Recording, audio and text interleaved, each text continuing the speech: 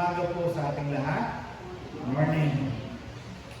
Isang dakilang araw na naman po para pasalamatan natin ng Diyos na nakaraos na naman tayo sa isang linggo ng ating pong pakikibaka sa mundong ito.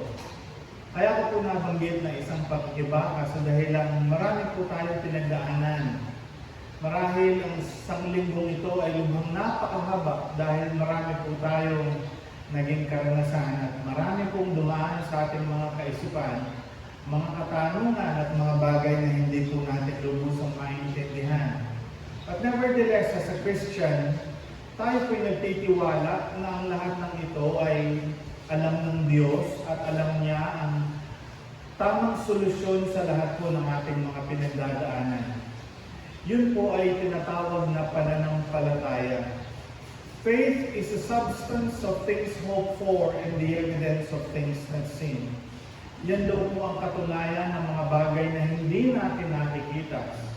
At yung mga bagay na hindi pa natin nakikita, iyan ay may pag-asa tayong magkakaroon ng katuparan. All we need to do is to go back to the Lord and pray.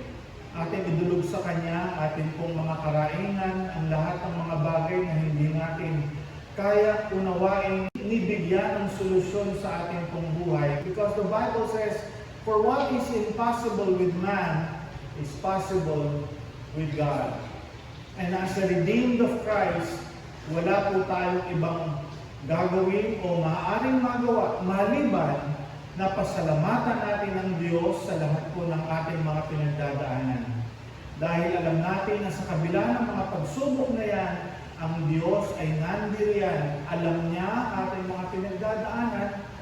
Yun nga lamang nais natin antiman na magkaroon ng kasagutan. But nevertheless, God is good. Mabuti po siya na hindi po niya tayo pababayaan. Hinihiling ko po na bilang paggalang sa salita ng Diyos, tayo po ay tumayo at ating buong buksan ang ating mga banal na kasulatan sa aklat po ng Mateo. In Matthew chapter 13, verse 31 hanggang 32. Matthew chapter 13, verse 31 to 32.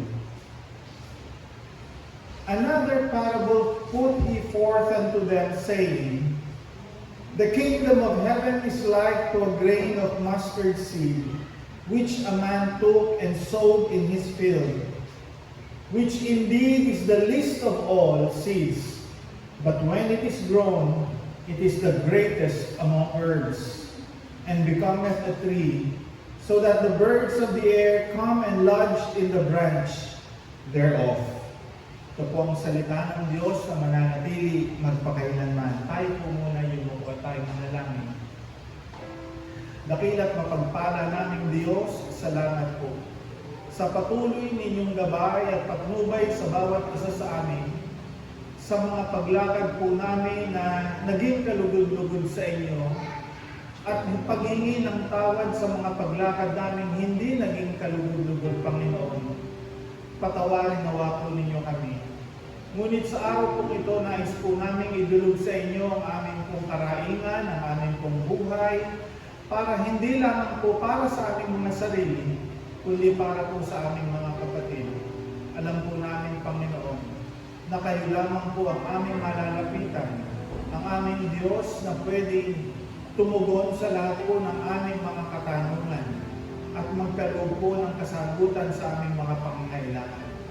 Dakila naming Ama, maraming salamat po sa aking mga kapatid na kasama ko ngayong araw na ito. At alam ko po, Panginoon, na kayo po ay patuloy din gumagabay sa kanila. Nagkakaloob ng biyaya sa kanilang araw-araw na pagkain sa kanilang hapagkainan, sa kanilang mga pangangailangan sa araw-araw at maging sa pagbibigay po ninyo ng solusyon sa kanila pong mga pinagdaraanan. Salamat o Diyos sa kanilang katapatan at narito po sila para patuloy po kaming sama-samang dumulog sa inyo na magbigay ng papuri at pagsamba dahil kinikilala po namin kayo bilang aming Panginoong Diyos at sariling tagapagligtas. Inaangkin po namin sarili sapagkat personal po namin naranasan ang inyong pong pagliligtas sa amin. Bagamat lahat po kami na nananampalataya ay pinagkalooban po ninyo ng kaunawaan at patuloy na gabay sa aming pong buhay pananampalataya. Nilalapit din po namin, Panginoon, ng aming mga kapatid na papunta pa lamang po dito. Kayo nawa po, Panginoon, ang maghatid ng ligtas at payapa sa kanila upang makapiling at makasama namin sila sa aming pong pananambahan. Gayon din po ang aming pong paglapit at mataimtim na pagdulog sa inyo, sa aming pong mga kapatid na may mga karamdaman. Alam po namin, Panginoon, na kayo lamang po ang makapagbibigay sa kanila ng kagalingan. Nawa, Panginoon, na iyunat po ninyo ang inyong mahimalang kamay upang haplusin ang kanilang katawang lupang may karamdaman at ito po ay magkaroon ng kagalingan. Alam namin, Panginoon, na kayo lamang po ang dakilang manggagamot na maaaring makapagbigay ng kagalingan sa kanila. Ang mga doktor, ang mga gamot na kanila pong iniinom ay idinadalangin po namin magamit ito upang ito ay magbigay ng kalunasan din sa kanilang mga pangangailangan. Patuloy po ang aking pong mataimtim na pagdulog sa inyo para po sa aming kapatid na si Brother Norman. Alam po ninyo, Panginoon, ang kanyang pinagdadaanan. Alam po ninyo ang kanyang saloobin at ang kanyang pananampalataya. Nawa, Panginoon, ay maging malapit ka sa kanya at patuloy nawa po kayong mangusap sa kanya, Panginoon, at lalo tigit sa kanyang buong pamilya. Alam namin, Panginoon, na ang mga pinagdadaanan po nila ay hindi lingid sa inyo.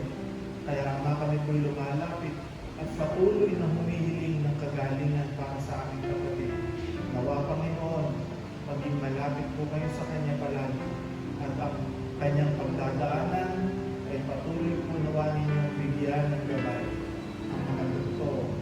At maging sa lahat po ng aming mga kapatid na may mga karamdaman, hinihiling po namin na kayo po ang patuloy na maging gabay at patnubay po nila, Panginoon. Salamat po. Nawa sa buong maghapong ito ay maluwalhati po namin kayo. Patuloy po kaming nagtitiwala na may pangungusap kami bibigay sa bawat isa sa amin. Gaano man ito kapayap, gaano man ito katalinaga, alam po namin, Panginoon, na mayroong kang patuloy na ginagamot maging sa aming spiritual na karamdaman. Patuloy po kaming umaasa, O Diyos, na mangungusap po kayo sa amin ngayong araw po ito. Pinupuri at pinasasalamatan po namin kayo, Ama, sa pangalan po ng aming Panginoong Jesus Kristo.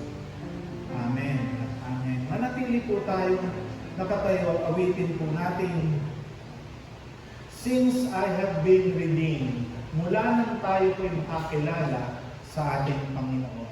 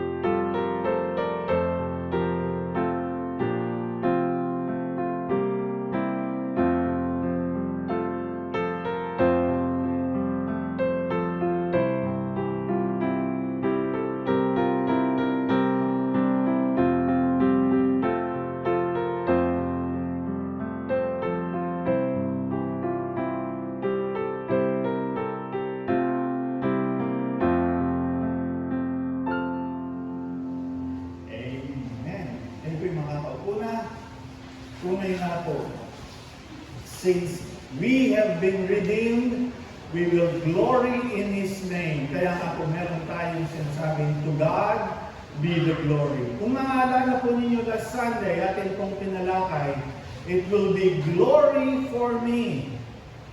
Pero hindi po yon ang setting sa mundong ito. Ang setting po ay pagdating natin sa langit. Yung sinasabi natin, to God be the glory, it is to praise Him and acknowledge who God is in our lives kahit na po nandito tayo sa mundo. And when we go to heaven, ay napakaluwalhati naman pag tayo po ay nakapiling na ng ating pong Panginoong Diyos. Oh, that will be glory for me. Pero habang nandito po tayo, since we have been redeemed, tayo po'y tinubusdan ng ating Panginoon sa ating pong pagkakasala. Patuloy po natin siyang niluluwalhati at binibigyang parangal sa ating pong buhay. Sa isang paraan, para po maluwalhati natin ang Diyos, it is through His Word, sa Kanyang salita, na ating binabasa every day of our lives, na ating naririnig tuwing ito ay naipapangaral.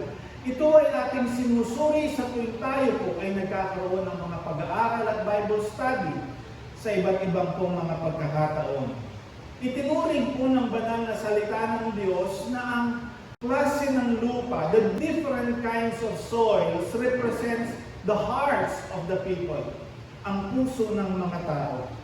Sa atin pong naging pag-aaral, isa lamang po sa apat na naturing na mga klase ng lupa ang naging mabunga o tumubo ng mainam.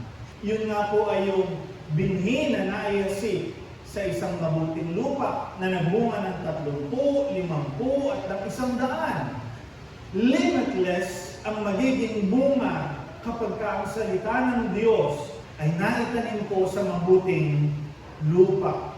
Pero papansinin po ninyo, aside from the good soil na nagkaroon ng magandang bunga, meron din dalawang klase ng lupa na tinubuan din. Tumubo po yung bining iyan. Datapwat, ang una po ay naging mababaw dahil marami po mga bato. Hindi po naging malalim ang kanyang pagkaunawa sa salitang ito, kaya nga po ang nangyari, nung dumating ang mainit na araw, ito po'y nasunog at ito po'y nalanta. Yun naman po isa ay tumubo rin. Ngunit ito po ay ilagay sa madawag na lugar. Na sa kanyang paglaki, ito po'y nainis at yung pong ibang mga dawag ng damo na nandoon ay naging dahilan upang siya po ay hindi rin magpatuloy sa kanyang paglago. Bagamat ito po'y tumubo, hindi po nagpatuloy. Ano po ang sinasabi sa atin? Marami po tayong narinig na mensahe na binibigay ng ating Panginoong Diyos sa atin every day. Even in our experiences in life, nandiriyan po yung patuloy niyang pangungusap sa bawat isa sa atin at pagbibigay ng mensahe sa atin pong paglago bilang isang mananampalataya. Ngunit bakit hindi po tayo lumalago? Marami pong dahilan. Maaring ang mga kabagabagan sa mundong ito ang nagiging dahilan upang sabihin natin, saka na, gagawin ko muna itong mga bagay na ito. Saka ko na lamang gagawin yung para sa Diyos pag may oras na ako. Alam po ninyo, dear brothers and sisters, we have a saying, we need to make time. Sinasabi natin, we have no time, but we need to make time only because God has given His most precious moments in His life. 33 years po siyang nakisalamuha sa tao. He was tempted in all points as we are, and yet He did not commit any sin. Para kanino? Para po sa atin. The last 3 years of His life was done in His ministry. Maaaring sabihin natin, Pastor, parang kulang po yung 3 taon. Kailan po ba kayo nakakilala sa Panginoon kung kayo ay hindi pa mananampalataya? I was born again May 14, 1984. Marahil marami po sa inyo ang hindi pa ipinanganganak. But all throughout my Christian life, marami na po akong naging karanasan upang maunawaan ko na ang parabolang ito na itinuro ng ating Panginoon ay isang gabay upang maunawaan natin bakit may mga naitatanim na binhi sa puso ng ibang tao, sa ibang mga mananampalataya, ngunit hindi nagpapatuloy. Kung atin pong titingnan ang ating mga katabi, nasaan na si ganito, nasaan na si ganyan, at mababalitaan natin na marahil na isang tabi na ang salita ng Diyos sa kanya pong buhay. Uulitin ko lamang po that sometimes yung mga paalaala ng Panginoon, maging ang kanyang salita, has an expiry date. Meron pong hangganan sa ating mga kaisipan. Kaya nga po, ang sabi po ni Apostol Pablo, forsaking not the assembly, huwag ninyong kaliligtaan ang mga pagtitipon, sapagkat sa mga pagtitipon iyan, atin pong narinig at napapaalalahanan tayo sa mga salita ng Diyos. Matthew chapter 13 verse 18 to 23, there are 4 kinds of soils that heard the word, and yet 3 out of 4 did not accept the word. Hindi po ito lumago. It's either it has no depth. At sa patuloy po nating pag-aaral ng salita ng Diyos, the quality of the seed na naitanim sa atin. Sa patuloy na pagpapaliwanag ng ating Panginoong Hesus, another parable was given unto them. Yung pong binasa natin sa verse 31, ganito po ang sinasabi sa wikang Tagalog. Isa pang parabola ang isinalay sa iniya sa kanila na nagsasabi, ang kaharian ng langit ay tulad ng isang butil ng binhi ng mustasa na kinuha ng isang tao at inihasik sa kanyang bukid. At ito ang tunay na pinakamababang uri sa lahat ng mga binhi. Subalit kapag ito ay lumago, ay pinakadakila ito sa gitna ng mga halamang gamot at nagiging isang punong kahoy, ano pat dumarating ang mga ibon sa himpapawid at dumadapo sa mga sanga nito. Sa iba pong pagkakaliwat na Tagalog, mapapansin po ninyo na yung binhi ng mustasa ay kanilang itinatagalog na pinakamaliit sa mga binhi. Pero ang sabi po ng banal na kasulatan, it is the least o yung pinakamababa, pinakahuli. Kaya nga po, ating pinalitan yung pagtatagalog nito na pinakamababang uri. At hindi lamang po ito halaman, ito ay halamang gamot, herbs po ito. Yung kung pagkaliwat sa Tagalog sa ibang salin, ay nagkakaroon ng ibang kahulugan. Dahil ang buto po ng mustasa, ang hindi po lamang pinakamaliit. Nakakita na po ba kayo ng buto ng sibuyas? Maliit din po yun, di po ba? Parang tuldok lang. So hindi po natin masasabi yun ang pinakamaliit. Pero ang banal na kasulatan po ay nagsasabing pinakamababang uri. Bakit po ganito ang pagpapaliwanag ng salita ng Diyos? Upang ipakita na ang binhi ng salita ng Diyos, maaaring sa ibang tao, ito'y pinakamababang uri.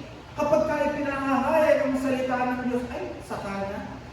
Next time na lang. Di po ba? Wala tayong time para makinig ng salita ng Diyos. So, tingin po natin, hindi natin ito kailangan. Ngunit ipinapaliwanag po ng ating Panginoong Hesus na kapag ka ang binhing iyan ay naitanim sa isang mabuting lupa, magiging pinakadakila sa lahat po ng mga puno. Sandali namin po. Puno, yun po ang sabi sa banal na kasulatan. It is a tree na kung saan dinadapuan ang kanyang mga sanga ng mga ibon. Mga minamahal, what does Jesus Christ want to portray o ituro sa bawat isa sa atin? Na huwag natin sabihin, alam ko na yan, narinig ko na yan, Naunawaan ko na yan. Matagal ko na umpisa pa lamang sa Bible study, tawag pa nga po ito, parable of the sower. Pero pinalitan po natin, it is the parable of the soils. Because the focus is not on the sower, but rather the focus is on the 4 kinds of soils. So tayo po bilang mga mananampalataya, unawain po natin, ang salita po ba ng Diyos ay dakila sa tingin ng maraming mga tao? Hindi po. Tututurin po natin ang bilang natin. Masasabi po natin, mas marami ang bilang ng mga hindi dumadalo sa mga gawain. Dahil hindi mahalaga para sa kanila ang mga salita ng Diyos. Pinakamababang uri. May mga nagpupunta nga sa church, huwag po kayo magagalit kung kayo manggo ito, na kapag ka po naalimtungatan kayo, kaya naiinip na kayo, bubuksan ninyo yung cellphone ninyo para tingnan ano bang bago. Di po ba? Tawag po natin yan dyan ay social media. Pero alam po ba ninyo na yung mga cellphone na yan ay anti-social? Bakit po? Pagmasdan po ninyo, pumunta kayo sa mga restaurant na lumalabas ang isang pamilya para mag-bonding, para kumain, para maging masaya. Pero pansinin po ninyo, ano po ang kanilang pinagkakaabalahan na? Cellphone. Di ba? Bibitawan lang nila yan kapag andyan ang pagkain. Bakit hindi po nila gamitin yung pagkakataon niya para sila yung kwentuhan, magkumustahan? Kaya nga po nagiging anti-social ang mga cellphone because it distracts the members of the family doon sa kanilang pagbabanding. Di ba? Bilang mga mananampalataya. So makikita rin po natin, ito po ay may pagkakahaling tulad doon sa mga naunang mga parabola ng ating pong Panginoon. It is a comparison and an illustration of a truth. Merong magandang bagay na ipinapakita ang salita ng Diyos to illustrate a truth. Ang sabi po ng salita ng Diyos na ating pong binasa, another parable poured he forth unto them, saying, the kingdom of heaven is like to a grain of a mustard seed. Binanggit po yung kingdom of heaven. And all throughout the book of Matthew, it is prominent yung kingdom of heaven. However, in the other Gospels, makikita po natin the kingdom of God. Kaharian ng langit at kaharian ng Diyos. Many scholars says ito ay interchangeable. Pwede naman gamitin kingdom of heaven, pwede kingdom of God. Pero tandaan po natin, two contradicting statements cannot be both right. Ang nagkakasalungatang mga pangungusap ay hindi maaaring pareho silang tama. Kung saan mo gustong gamitin, magagamit mo. The Bible is specific because it has something to do with rightly dividing the word. When you say the kingdom of heaven, it pertains to the literal, visible, and the political reign of Christ. Maghahari po siyang literal. Politically, because there will be justice. Yung pong literal, makikita po siya, visible. At nandiriyan din po yung kanyang paghahari. So sabi po natin Panginoong Jesus, repent, for the kingdom of heaven is at hand. Nandiriyan na. So paano natin masasabing nandiriyan na? Yung literal, visible, and political reign of Christ is simply because nandiriyan na ang hari. Jesus Christ is the King. Matthew portrayed Jesus Christ as a King. Kaya nga po ang sabi niya, repent, for the kingdom of heaven is at hand. Paano po natin alam? Sinabi po ni John the Baptist. When John the Baptist said, behold, the Lamb of God which taketh away the sins of the world. Who can take away the sin of the world? Only Jesus. Only Jesus as God can take away the sin of the world. So paano po niyang paraan gagawin yun? Para kanyang ibigay ang kanyang sarili bilang pantubos sa ating mga kasalanan. He became sin for us para po matubos niya tayong mga makasalanan. Yung pong kingdom of God, ang sabi po ng salita ng Diyos, the definition is in Romans chapter 14 verse 17. For the kingdom of God is not meat and drink, but righteousness and joy and peace in the Holy Ghost. Ito po ay spiritual. Hindi ito literal na nakikita, but rather it is a spiritual thing. Hindi makikita ng mata, pero mararanasan. Kung una, the kingdom of heaven, ang tinutukoy po na hari ay ang ating Panginoong Jesus na maghahari sa mundong ito. Pero hindi po nangyari sapagkat hindi po nila tinanggap ang ating Panginoong Jesus. Ngunit kanyang ipinangako, ang sabi niya, ako'y aalis upang bumaba ang banal na Espiritu na siyang magiging mang-aaliw ninyo. Siyang magbibigay sa inyo ng kaaliwan.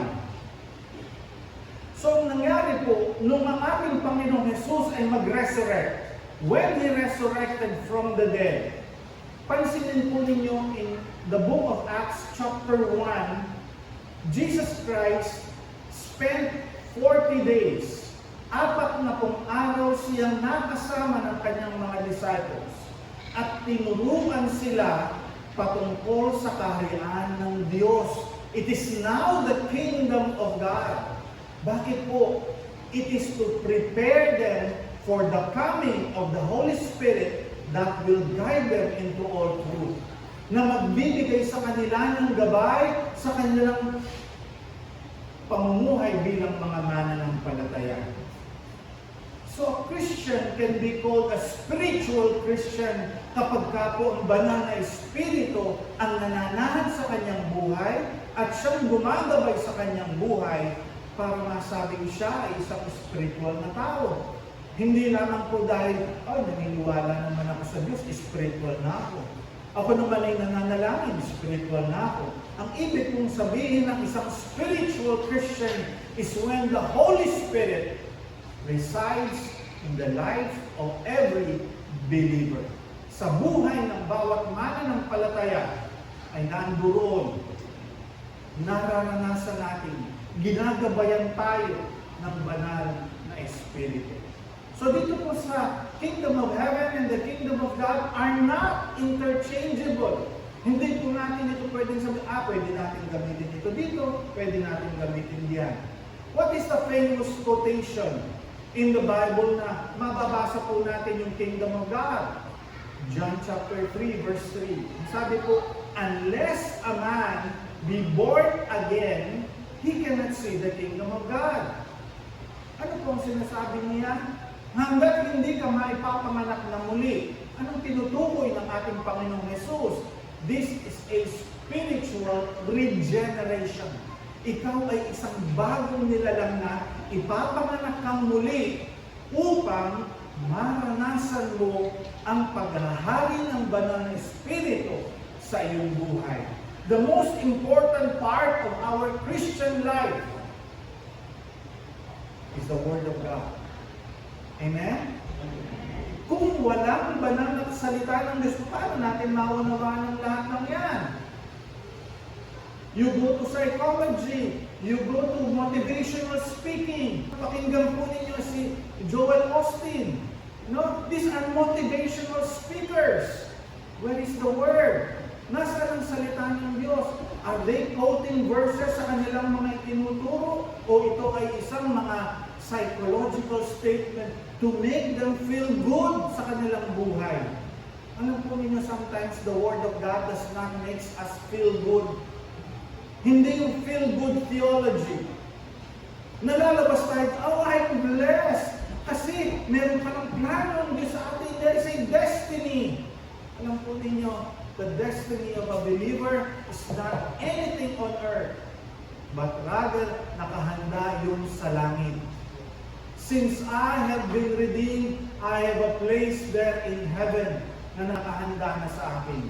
I will go and prepare a place for you. It may mean in the future, pero in reality, It is already done. Bakit po yan ay tapos na? Because sa book of Revelation, John mentioned something in Revelation chapter 21. And I saw the new Jerusalem coming down from God out of heaven, prepared as a bride. Parang isang babae kamasal. Inihanda na yan. Sino pong titira sa New Jerusalem? Ang mga mananampalataya. Bakit po? Alam ko yun ang mga mananampalataya because the word bride was mentioned.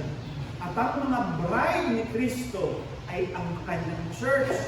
And the church, inihanda na po niya, I will go and prepare a place for you so that where I am, there ye may be also. Dear brothers and sisters, the Word of God is so important. Hindi naman po important. It is of paramount significance sa ating pong buhay dahil kung wala yung seed na yon, na itinuturing ng maraming mga taong pinakamababang uri sa lahat. Pakinggan po ninyo kung magsasalita ang isang gobernador. Tumayo pa lamang siya, papalakpakan na, tatayuan pa. Di ba? Na lahat nakamiti. Dahil gobernador eh. Pero pag Bible study ka na, makinig tayo ng Bible study. Marami pa akong ginagawa. No? I'm so busy, marami pa akong, di ba? It is so unimportant para sa kanila.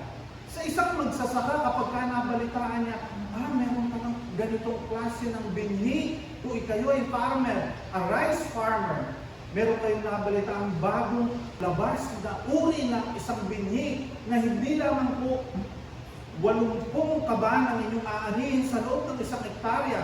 Doble pa.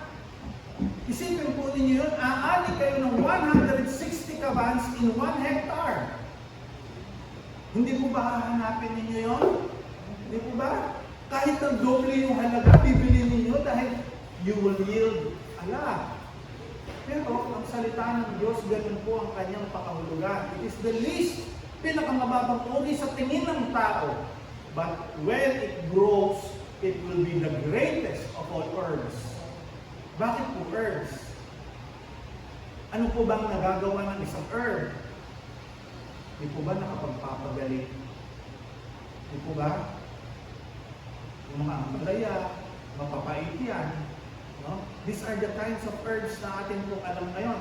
Dahil bahal po ang mga gamot. So we resort to herbs. Bakit po? Dahil ito'y nakapagpapagaling. Ang salita ng Diyos ay nakapagpapagaling. Pinagagaling niya yung ating mga katigasan ng ulo, yung katigasan ng puso, iniaayos niya. At hindi ko po matatapos ngayon itong mensaheng ito. But there is a verse, 1 Thessalonians chapter 5, verse 23. Ang sabi po, and I pray your whole spirit, soul, and body be preserved blameless unto the coming of our Lord Jesus Christ. Di po ba? Nabasa na po ninyo yan. Ang ipinapanalangin ni Apostol Pablo ay hindi lamang kayo gumaling. Maging si Juan ang naisin, maging malusog po tayo. In 3 John verse 2. Nais po niyang gumaling tayo. Pero higit po doon sa ating katawang lupa, ang nais ng ating Panginoon ay gumaling tayo sa ating spiritual na karamdaman. Yung hindi natin pagbibigay ng tamang halaga sa kanyang mga salita. Yung hindi natin binibigay yung ating tamang paglilingkod sa kanya, nang turing natin sa ibang mga bagay ay mas mahalaga pa. Mahalaga ba pang manalangin? Mahalaga po ba? Meron tayong prayer meeting. Anong mahalaga? Probinsyano prayer meeting. Hindi po ba? Kung titingnan natin, maghapon naman tayo nakakapagpahinga, pero isang oras at kalahati lang yung para sa pananalangin prayer meeting, hindi pa po tayo makadalo. And yet we say it is important. Kailangan lang ba natin ang prayer meeting kapag meron tayong pangangailangan na idudulog sa Panginoon para isama ng mga kapatid sa panalangin? Gaano ba kahirap sa loob ng isang linggo ang tayo ay mag-spend ng 1 oras at kalahati para po tayo ay sama-samang manalangin. Baka po naman may magsabi, Pastor, nananalangin naman po ako. Salamat po. Salamat po. At least, kayo nananalangin. Pero totoo po ba yan? Sa lahat. Sana naman po lahat gano'n ang kanilang mga pangangatuwiran. Bilang mga mananampalataya, dear brothers and sisters, hindi lamang po yung mga bagay sa mundo ito ang magbibigay sa atin ng ngiti sa ating mga labi. But rather, the Word of God, no matter how simple and least it would be in the sight of the people, pero pagka ito'y lumago sa isang puso na nataniman po nito, sigurado po tayo, nalalago ito, na higit pa. Isipin po ninyo, kung ang salitang iyan ay maging isang malaking puno, sino pong magdadapo doon? Yung mga ibon na magkakaroon sila ng kapahinganan. Kapag po kinain nila yung butok iyon, meron po silang kagalingan sa kanilang pangangatawan. Bilang mga mananampalataya, let us not take chance. Siguro naman, baka naman, no? Let us not take chance. Sinasabi na nga po ng salita ng Diyos, maging ang ating Panginoon. Isipin po ninyo, in one chapter of chapter 13, 80 mga parabola ng mga kwento ang itinuro ng ating Panginoon na tumutukoy lamang sa isang bagay, sa puso ng tao at sa bibig. The parable of the mustard seed, gaano man ito kaliit, pinaka mababang uri man ito. Pero kapag ito'y naitanim sa puso na matabang lupa, ito'y magkakaroon ng bunga at marami po ang nakikinabang. Hindi lamang po tayo, magagamit tayo dahil mayroong mga dadapo sa ating mga sanga na maging maginhawa ang kanilang mga buhay. Ayaw po ba natin yun? Na tayo po'y magiging kagamit-gamit para sa gawain ng ating pong Panginoon. Tayo po'y magbibigay ng kapurihan sa ating pong Panginoon. Since I have been redeemed, I will glory in His name. Magbibigay ako ng kapurihan sa kanyang dakilang pangalan. Dahil yung pangalan iyon, walang ibang pangalan sa mundong ito na makapagliligtas. At ang sa pangalan yan, lahat ng tuhod ay titiklo at magsasabi, Jesus is Lord. Siya'y Panginoon ng aking buhay. Siya'y Panginoon ng aking kinabukasan. Alam po ninyo, there will be challenges in life. Marami po mga pagsubok. But if we will persevere, kung magpapatuloy po tayo, at patuloy tayong lalapit sa Panginoon at hihingi ng tulong sa Kanya, walang ibang dahilan para hindi tayo lumago. Maaaring may mga insektong dumating, o may mga pipigil o gagambala sa ating paglakad, paglagong spiritual, pero kapag ito'y naitanim sa mabuting lupa, ito po'y lalago. Psalm chapter 1, you are like a tree planted by the rivers of water, whose leaf shall not wither, and its fruit will be in its right season. Sa tamang panahon, andun po yung pagpapala. Because it is planted near the river of water. Pag po tayo ay lumayo, wala ng tubig, your life will become a desert. Magkakaroon ka ng tagtuyot sa iyong buhay, magkakaroon ka ng hindi mabilang ng mga pagsubok. And the struggle will be endless. But if the Word of God, kung ang salita ng Diyos ay patuloy na nasa sa atin, ipinamumuhay natin, sinisikap nating magawa ito sa kabila ng mga pagsubok natin, ang pangako po ng salita ng Diyos, tayo po'y Kanyang pagpapalain. Nawa ay patuloy po nating alalahanin that as the Word of God continues to live in our lives, tayo po ay patuloy na magbigay ng tamang pagpapahalaga doon sa mga pinakamababa na turing ng tao. Yun na po yung salita ng Diyos. Turing natin itong napakahalaga dahil ito po ay magbibigay sa atin ng kaginhawaan. Hindi man po dito sa mundong ito, pagdating natin sa langit, Tataglalin po natin ang dakilang pangako ng Diyos na makakapiling natin siya sa pagwalang hanggan. Tayo po yung mula. Panginoon naming Diyos, maraming salamat po muli sa amin po narinig na mensahe paalala sa inyo. Nawa Panginoon, patuloy po kami maging mapagpahalaga sa mga salitang aming narinig, sa mga salita po ninyong ibinibigay sa aming mga kaisipan, sa mga salitang aming nababasa sa araw-araw. Nawa Panginoon, ang mga salitang ito na aming po narinig ay patuloy na magsilbing gabay at patnubay sa amin pong buhay bilang mga mananampalataya. Maraming salamat po. Pinupuri at pinasasalamatan po namin kayo sa pangalan po ng aming Panginoong Hesus Kristo. Amen. Amen. Hinihiling ko kung minsan pa ay awitin po natin yung ating pong himno na ating pong inawit kanina. Sige po.